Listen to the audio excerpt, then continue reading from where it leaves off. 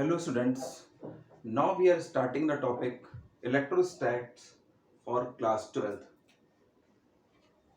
First of all, मैं आपको ये बताऊंगा कि what are the charges. Suppose ये एक metal body है और ये एक दूसरी metal body है. इन bodies को आपस में रब किया जाता है. जब दो bodies आपस में रब की जाती हैं तो क्या होता है कि एक बॉडी से इलेक्ट्रॉन दूसरी में शिफ्ट होते हैं और दूसरी बॉडी से इलेक्ट्रॉन फर्स्ट वाली बॉडी में शिफ्ट होते हैं, जिसकी वजह से आफ्टर रीडिस्ट्रीब्यूशन ऑफ इलेक्ट्रॉन्स एक बॉडी पर पॉजिटिव चार्ज आता है और सेकेंड बॉडी पर नेगेटिव चार्ज आता है. ठीक है, जिस बॉडी पर पॉजिटिव चार्ज आता है वो बॉडी लॉस ऑफ इलेक्ट्रॉन करती है. क्या करती है? Loss of electron. और जिस बॉडी पर नेगेटिव चार्ज आता है दैट गेन द इलेक्ट्रॉन्स. ठीक है, अब ये कितने इलेक्ट्रॉन ट्रांसफर करेगी या कितने इलेक्ट्रॉन गेन करेगी डिपेंड करता है नेचर ऑफ बॉडी के ऊपर. तो आई थिंक ये बात समझ में आ गई होगी आपको कि what are the charges. Then हम आपको ये बताएंगे कि टाइप ऑफ चार्जेस. अब देखिए, मैंने अभी आपको ये समझाया है कि जो चार्जेस हैं वो दो तरह के हमारे होते हैं. एक होता है पॉजिटिव चार्ज और सेकंड होता है नेगेटिव चार्ज. कोई भी मेटालिक बॉडी पॉजिटिव चार्ज तभी एक्वायर करती है जब उस पर लॉस ऑफ इलेक्ट्रॉन होते हैं. सेकंड आता है एक्सेस चार्ज. एक्सेस चार्ज क्या होता है बच्चों? सपोज एक ये मेटल बॉडी है और हम किसी अदर सोर्स की हेल्प से इस पर इलेक्ट्रॉन ला करके यहाँ डाल रहे हैं और डालने के बाद क्या होता है, ये पूरी सरफेस पर यहाँ पर इसके ऊपर फैल जाता है. ठीक है, सपोज ये पॉजिटिव है, नेगेटिव भी हो सकता है. तो ये चार्ज आपका होता है एक्सेस चार्ज. किसी अदर सोर्स से अगर हम चार्ज ला करके बॉडी पर डालते हैं तो उसको बोलते हैं एक्सेस चार्ज. ठीक है, देन आता है आपका यूनिट चार्ज. देखते हैं यूनिट चार्ज क्या होता है. अब देखिए, यूनिट चार्ज को हम लोग Q0 से शो करते हैं. इसकी वैल्यू 1 होती है और साथ में बाय नेचर ये पॉजिटिव होता है, इसलिए इसको हम पॉजिटिव टेस्ट चार्ज भी बोलते हैं. Positive test charge. ठीक है, और ये पॉजिटिव टेस्ट चार्ज जो होता है ये बहुत इंपॉर्टेंट पार्ट है. जब हम कभी न्यूमेरिकल सॉल्व करते हैं तो उस केस में जब हमें कहीं पर चार्ज को एज्यूम करना होता है तो हम यही टेस्ट चार्ज एज्यूम करते हैं. जब हम इसको न्यूमेरिकल्स प्रॉब्लम पे आएंगे तो हम आपको वहां बताएंगे किस तरीके से हम इसको डील करते हैं. ठीक है, तो यूनिट चार्ज क्या है? ऐसा चार्ज जिसकी वैल्यू 1 हो, 1 कूलम हो. ठीक है, 1 कूलम वैल्यू है, उसे हम लोग बोलेंगे यूनिट चार्ज. और ये हमारा बाय नेचर पॉजिटिव होता है. ठीक है, देन आता है इंड्यूस चार्ज. इसको देखते हैं, ये इंपॉर्टेंट पार्ट है. Induce charge. अब देखिए बच्चों, अब हम आते हैं फोर्थ इंड्यूस चार्ज पे.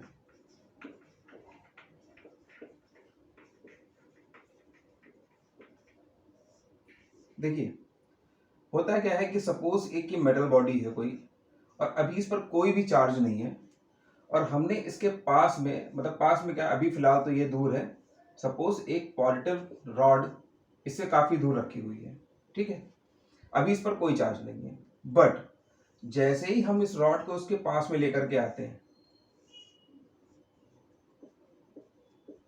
तो क्या होता है कि रॉड को पास में लाने के बाद इसके जो इलेक्ट्रॉन्स होते हैं तो इसकी सरफेस नियर बाय की जो होती है, सॉरी, इसकी सरफेस पे चार्ज जो है वो नेगेटिव डेवलप हो जाता है और इसके अंदर जो है वो पॉजिटिव चार्ज डेवलप हो जाता है. ठीक, और जैसे ही ये रॉड हम हटाते हैं यहाँ से दूर ले आते हैं तो फिर से ये उसी पोजीशन पे न्यूट्रल हो जाती है. ठीक है, तो यहाँ पर क्या हुआ, बॉडी में चार्ज डेवलप हुए पर तब डेवलप हुए जब हमारे नजदीक में कोई दूसरा एक चार्ज बॉडी आई.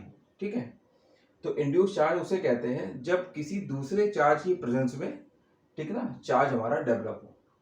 ठीक है, अब इस इंड्यूस प्रोसेस से हम आपको ये सिखाएंगे कि हम किसी भी असेंबली को कैसे चार्ज कर सकते हैं. मतलब पॉजिटिव हमें कोई बॉडी बनानी है या नेगेटिव बॉडी बनानी है तो हम इसकी हेल्प कैसे लेते हैं, देखिए ध्यान से।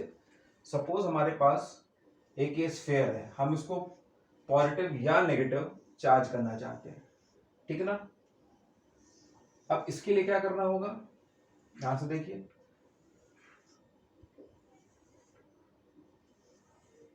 अभी क्या है, न्यूट्रल है ये, ठीक है। अब हमने क्या किया, इसके नजदीक एक पॉजिटिव रॉड लेकर के आ गए। जैसे ही हम इसके नजदीक पॉजिटिव लेकर के आएंगे, इसकी आउटर सरफेस पे नेगेटिव चार्ज आ जाएगा और इसकी इनर सरफेस पर पॉजिटिव चार्ज आ जाएगा ड्यू टू इंडक्शन, ठीक। देन हम क्या करते हैं, रॉड हमारी वहीं पर रखी हुई है, फिर हम इस वाली सरफेस को अर्थ कर देंगे। जैसे ही इसको अर्थ करेंगे तो उस केस में क्या होगा, जो भी इसका सरफेस चार्ज है वो अर्थ में चला जाएगा, केवल इसके पास कैसा रह जाएगा, जो इनसाइड पॉजिटिव चार्ज है वो आपका यहाँ पर रह जाएगा, ठीक। और फिर हम अर्थ को भी हटा देंगे, अर्थिंग पार्ट को भी हटा देंगे और रॉड को भी हटा देंगे। तो उस केस में हमारे पास केवल ये स्फीयर रह जाएगा और ये कैसा रहेगा, केवल पॉजिटिव, ठीक। तो मैंने आपको ये सिखाया किसी अनचार्ज स्फीयर को कैसे चार्ज करते हैं, ठीक है। अब अगर हमको ये मतलब ये भी डिसाइड करना है कि चार्ज कितना होना चाहिए, सपोज हमें इसको 10 कूलम का चार्ज देना है, इस पर जो चार्ज आना चाहिए वो Q = 10 कूलम्स का पॉजिटिव चार्ज आना चाहिए। तो उस कंडीशन पे हम क्या करेंगे, जो नियर बाय में यहाँ पर रॉड लेकर के आएंगे, इसकी जो वैल्यू होनी चाहिए वो 10 कूलम की होनी चाहिए, ठीक है। मींस अगर हम 10 कूलम की पॉजिटिव रॉड को एक अनचार्ज स्फीयर के नजदीक में लेकर के आते हैं, तो पहले क्या होगा, आउटर सरफेस पर 10 का माइनस का चार्ज डेवलप होगा, इनर पर 10 का पॉजिटिव चार्ज डेवलप होगा। जैसे ही आप अर्थ कर दोगे तो जितना नेगेटिव का 10 चार्ज है वो सब अर्थ में चला जाएगा और रॉड को रिमूव करने के बाद केवल इनसाइड हमारा पॉजिटिव 10 कूलम का चार्ज इसमें रह जाएगा, ठीक है। तो इसी मैनर से हम लोग किसी स्फीयर को नेगेटिवली भी चार्ज कर सकते हैं। बस उस कंडीशन पे हमें क्या करना होगा कि यहाँ पर पॉजिटिव रॉड की बजाय हम लोग नेगेटिव रॉड लेकर के आएंगे, ठीक है। तो ये होता है इंड्यूस चार्ज, ठीक। देन इसके बाद आता है लोकलाइज चार्ज।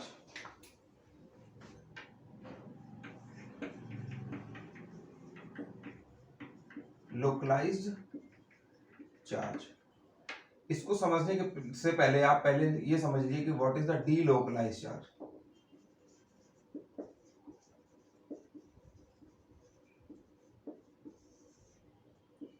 ठीक है, पहले मैं आपको डीलोकलाइज समझा रहा हूं।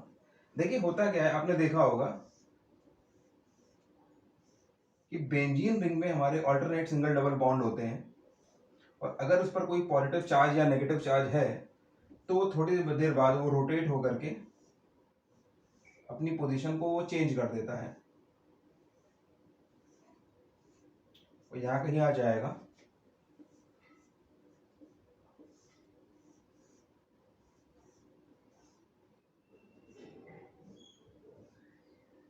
फिर वो यहाँ कहीं आएगा। तो इस तरीके से क्या है, इसका पॉजिटिव चार्ज कभी इस पोजीशन पे है, कभी इस पोजीशन पे है, कभी इस पोजीशन पे, यानी कि वो अपनी पोजीशन को कंटिन्यू चेंज करता है।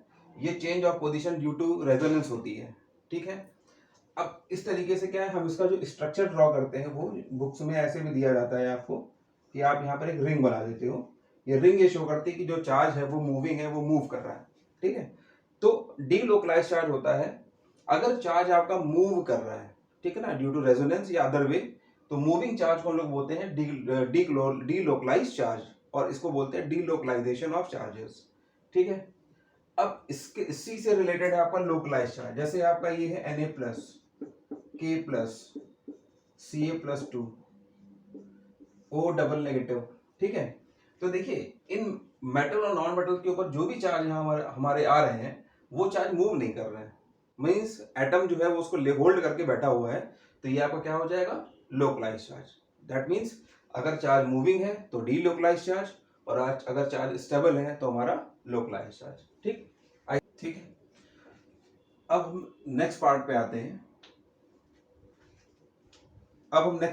हैं, ठीक है। नेक्स्ट पार्ट है हमारा क्वांटाइजेशन ऑफ चार्ज। ये क्या होता है, ये भी इंपॉर्टेंट पार्ट है। देखिए बच्चों, क्वांटाइजेशन का मतलब होता है कि चार्ज को होल्ड करना, मींस बिना किसी, जैसे हम देखते हैं कि एटम्स के अराउंड जो है इलेक्ट्रॉन मूव करता रहता है एयर में, ठीक है ना, वो कहीं पर मतलब उसको कोई होल्ड करने के लिए कोई चीज नहीं होती। और जैसे अर्थ हमारी सन के अराउंड मूव कर रही है, तो व्हाट इज द रीजन, तो उसको बोलते हैं क्वांटाइजेशन। ठीक है, क्वांटाइजेशन ऑफ चार्ज और मिल्टन ड्रॉप एक्सपेरिमेंट, इसमें क्या इसको आपको बताया जाता है। देखिए, सपोज ये एक टू मेटालिक प्लेट्स है, इस पर नेगेटिव चार्ज है आपका और इस पर एक पॉजिटिव चार्ज है, और यहां पर बीच में एक ऑयल ड्रॉप है यहां पर, और ये ऑयल ड्रॉप सपोज ये पॉजिटिव है। ठीक है, अब देखिए, जैसे ही ये पॉजिटिव ड्रॉप यहां पर रखी जाती है, तो इस पॉजिटिव ड्रॉप पर इसका जो वेट होता है वो डाउनवर्ड काम करता है। ठीक है, और सिंस क्योंकि ये पॉजिटिव है, इसलिए नेगेटिव वाली प्लेट इसको ऊपर की ओर अट्रैक्ट करेगी, तो इसके ऊपर जो इलेक्ट्रोस्टैटिक फोर्स काम करता है Fe is equal to Q, ये अपवर्ड काम करता है। मींस वेट की वजह से ये नीचे जाने की कोशिश करेगा और इलेक्ट्रोस्टैटिक अट्रैक्शन की वजह से ये ऊपर जाने की कोशिश करेगा। तो ऑब्वियस सी बात है कि इस ऊपर नीचे के केस में एक ऐसी पोजीशन ये होल्ड करेगा जहां पर ये बैलेंस हो जाएगा, मींस एयर में ही वो क्या होगा, वो टिक जाएगा, रुक जाएगा, मींस क्वांटाइज्ड हो जाएगा। ठीक है, तो यहां पर जिस भी पोजीशन पे ये क्वांटाइज होगा, उस कंडीशन में दोनों फोर्स इक्वल होंगे, तो वहां पर आप क्या लिखोगे, QE is equal to mg। ठीक, अब देखिए, अगर ये चार्ज ऑयल ड्रॉप पॉजिटिव ना होकर के नेगेटिव होगी, तो आपको प्लेट की पोलैरिटी चेंज करनी पड़ेगी अगर आप क्वांटाइजेशन कराना चाहते हैं। तो नेगेटिव के केस में क्या होगा, ऊपर वाली प्लेट पॉजिटिव ले लीजिए, नीचे वाली प्लेट नेगेटिव ले लीजिए, सेम प्रोसेस आपका होल्ड करेगा। तो आपको quantization of charge I think clear हो गया होगा। देन हम आते हैं force between the two charges. ठीक है, अब देखिए, वी नो दैट अगर दो चार्ज आपके हैं, दोनों बाय नेचर पॉजिटिव हैं, तो ये वाले एक दूसरे को रिपेल करते हैं। ठीक है, ये क्या प्रोड्यूस करते हैं, रिपल्शन, और दोनों नेगेटिव हैं तो भी ये क्या प्रोड्यूस करते हैं, रिपल्शन। हाँ, अगर एक पॉजिटिव और एक नेगेटिव है, तो उस कंडीशन में ये क्या करते हैं, अट्रैक्शन, मींस सेम चार्जेस और like charges are repel to each other and the opposite charges are attract to each other. ये है, ठीक है ना, force between the two charges. अब देखिए, मैं आपको रिपल्शन और अट्रैक्शन का होता क्यों है, मैं आपको ये एक्सप्लेन करने जा रहा हूँ। बहुत इंपॉर्टेंट पार्ट है, ये चीजें मतलब बहुत इंपॉर्टेंट होती हैं, इसलिए आप इसको बहुत ध्यान से समझिएगा। देखिए स्टूडेंट, जैसे एक ये पॉजिटिव चार्ज है, तो पॉजिटिव चार्ज का बिहेवियर होता है कि ये source of electric field produce करता है, इलेक्ट्रिक फील्ड को बाहर क्यों निकालता है। ठीक है, और अगर इसी तरह से अगर कोई नेगेटिव चार्ज है, तो वो क्या करेगा,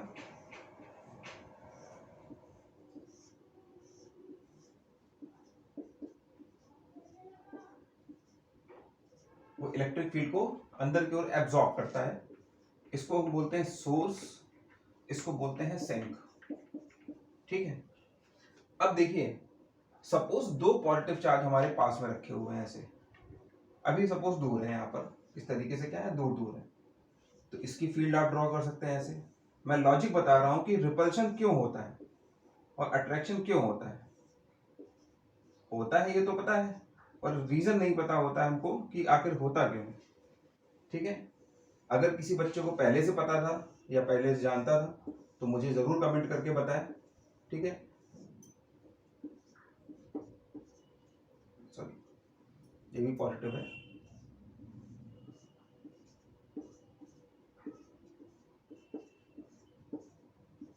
अब देखिए, पॉजिटिव है, इसकी फील्ड इधर जा रही है, ये पॉजिटिव है, इसकी फील्ड इधर जा रही है। ठीक है, अब क्योंकि अभी ये दूर रखे हुए हैं, जैसे ही इनको नजदीक लेकर के आते हैं हम, सपोज ये और ये काफी पास में आ गए ऐसे, तो क्या होता है कि ये फील्ड आपकी कुछ इस तरीके से बिहेव करने लगती है।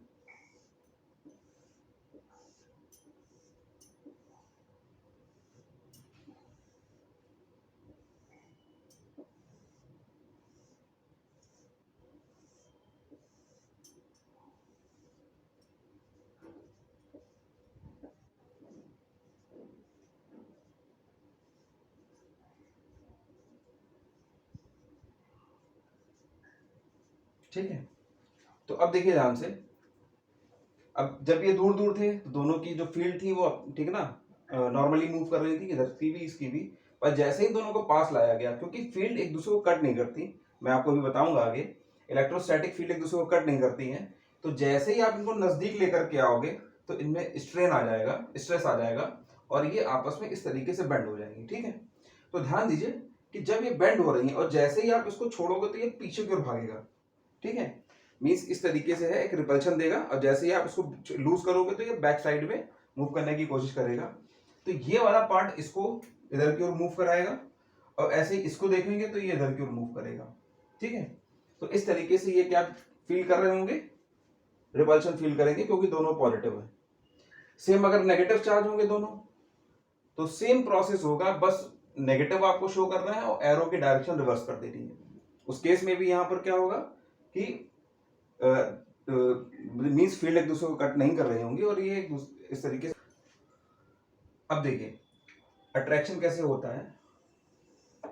सपोज ये आपका पॉजिटिव चार्ज है और ये नेगेटिव चार्ज है, ये सोर्स है, ये सिंक है। ठीक है, अब जब इनको आप नजदीक लेकर के आते हो, पास में लेकर के आते हो, तो क्या होता है, ये इससे फील्ड निकलनी है और उसमें जानी है, तो इस तरीके से ये मूव करना शुरू कर देता है, इलेक्ट्रिक फील्ड ऐसे मूव करना शुरू कर देती है।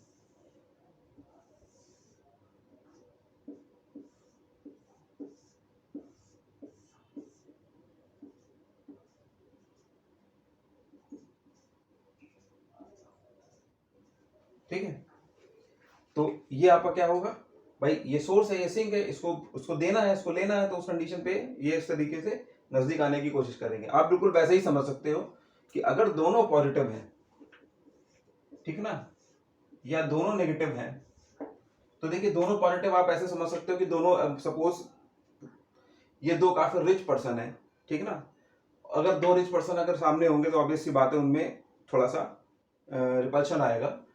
ठीक है ना, और दो नेगेटिव, मान ली दो बहुत पुअर हैं, तो या दो भिखारी टाइप के हैं, तो उस कंडीशन में क्या होगा, एक दूसरे से लड़ेंगे वो भी।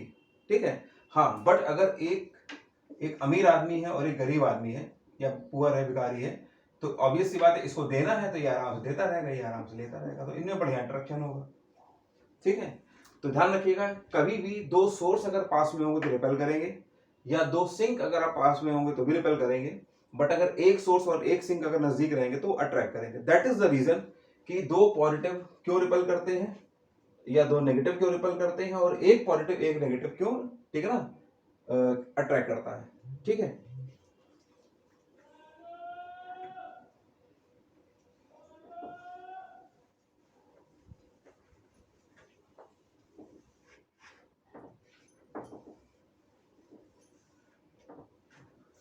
अब मैं आपको बताने जा रहा हूं what is the Coulomb's law. Coulomb's law, अभी देखिए मैंने आपको बताया कि दो चार्जेस हैं, तो या तो वो रिपेल करेंगे, ठीक है ना, या फिर वो अट्रैक्ट करेंगे। डिपेंड करता है कि चार्ज का नेचर कैसा है, पॉजिटिव है कि नेगेटिव है।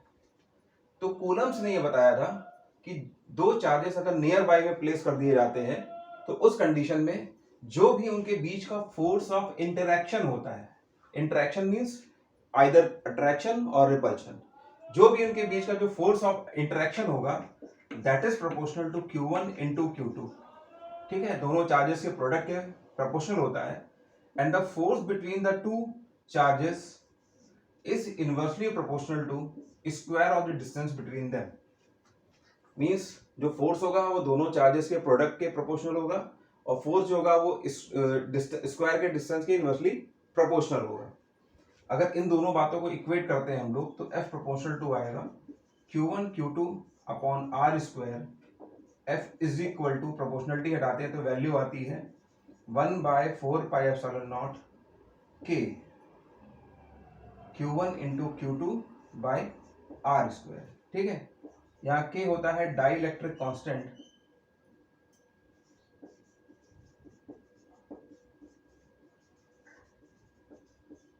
और फॉर एयर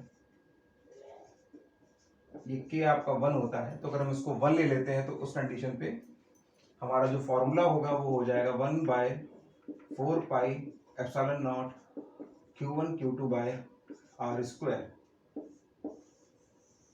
ठीक है।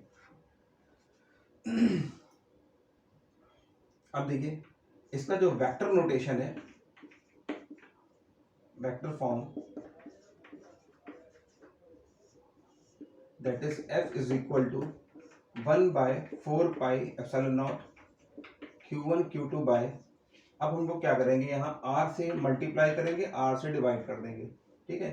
तो क्योंकि हमें इसको वेक्टर फॉर्म में लेना है तो उस कंडीशन में एक वेक्टर क्वांटिटी ऊपर आना बहुत जरूरी है।